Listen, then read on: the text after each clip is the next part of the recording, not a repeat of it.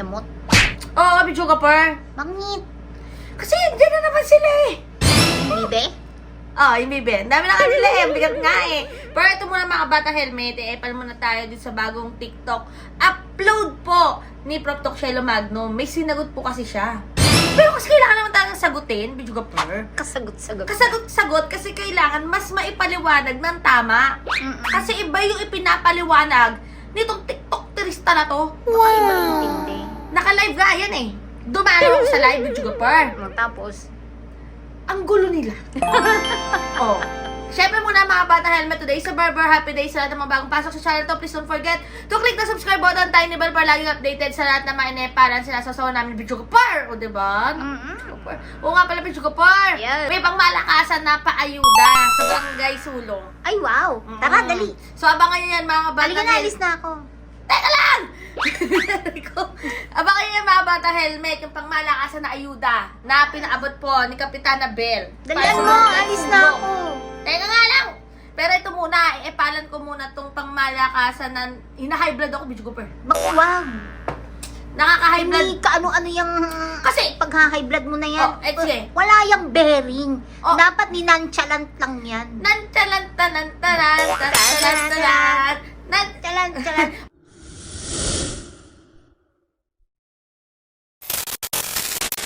Ito muna panoorin nyo po yung TikTok vlog po ni Prof. Doc Shelo Magno. Yung record at reports po nun, kung gusto nyong makuha, nandun na po sa COA. Ngayon, kung pag-uusapan naman yung budget niya noong 2023 na kakatapos lang din, hindi naman po kasi kayo nagsabi na kailangan po pala nagsasubmit sa'yo ng report. O, diba? At least now you know. Alam nyo kasi, ang confidential fund ay hindi personal fund, kundi pera ng taong bayan.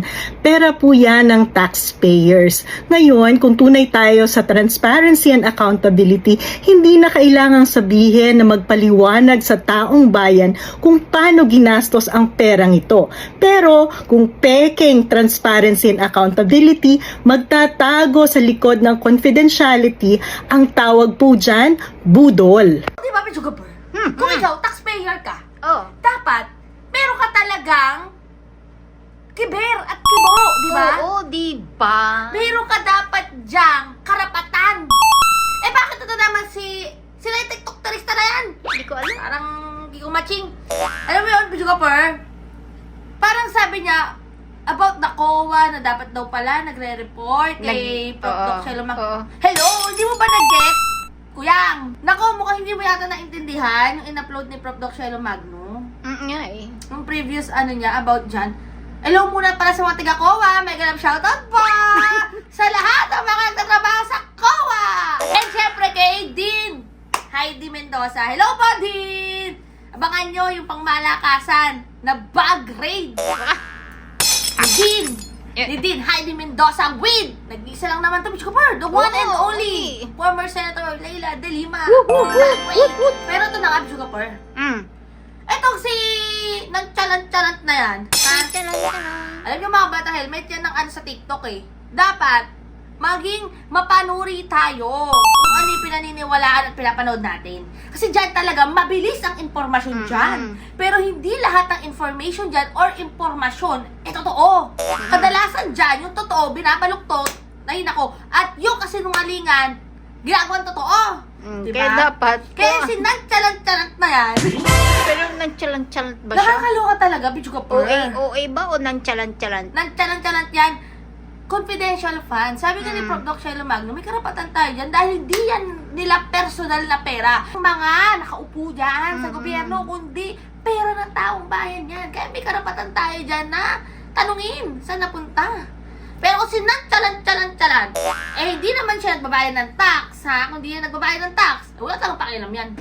Mga trolls kaya, may binabayaran kayang tax. Pag bumibili sila ng bigas, nagpapagas, bumibili ng Jollibee, ng Bibili ng McDo. log, Bili tangkol. ng...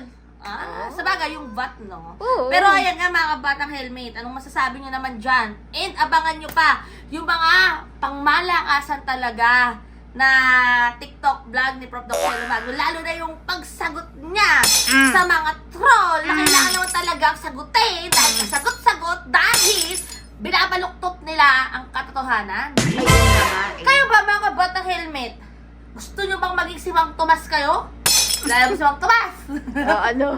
Alam nyo, minsan, galing na tayo sa kanal, mga kanal. Oo. Pero wag naman yung ugali natin maging kanal. Yung diba? ugaliin. Huwag nyo naman ugaliin. Okay na, yung literal, na nakatira Oo. tayo sa kanal. Oo. Pero huwag naman yung pag-uugaling kanal. Oo. Grabe naman kayo, mga kabatang helmet. Huwag kang magpakakanal. Kaya nga, pero naku, Yung mga tumotrol, ugaling kanal. Huwag ugaling ganun. kanal talaga yung mga yan. Bakit ganun. ugaling kanal ang mga troll? Oh. Saan ba nagmana?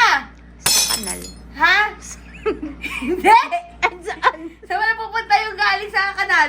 Sa malaking... Sa kanal. Sa kanal din? Oo. Oh. Kanal na kanal. O ito pa, may nabalita. The mother canal. The The father. father kanal. The father canal. Ito pa. The family Yung canal. resort sa Chocolate Hills sa Bohol. Ah. 3 resorts pala yun na magkakaiba. Tatlo? Yung isa pa doon, yung mismong Chocolate Hills, nilagyan ng pathway. Ah, para makarating nga naman doon sa pagsuswimmingan. Hindi! Yung isa, iba! Nagpapakita ko yan mga kabata helmet. Kala nyo ha, hindi pa tapos yung issue dyan sa Chocolate Hills. At naglabasan na ngayon mga PubMat, yung mga memes na Choco Hills Haven. Choco Hills Village. Hills! Choco Hills Subdivision. O, diba? O, yan mga bata helmet ha. Comment down below kung ano masasabi nyo dyan. Nakakaloka lang talaga. Kung kayo, wala kayong pakialam sa confidential funds. Di Aba ba? ako, may pakialam ako dahil taxpayer ako. At may pakialam din grabe dapat ang kayo. tax ko! Galit eh. Mag-adobo na nga. So, ayan, mga bata helmet, stay happy, stay healthy, and stay safe tayo as always. Sabi kami sa buhay, yung nag-helmet din ang bukit, keep setting better everyday. God bless everyone. Tara na doon sa barangay Halika Sulong. na, tagal mo eh. Teka lang naman! Dali mo.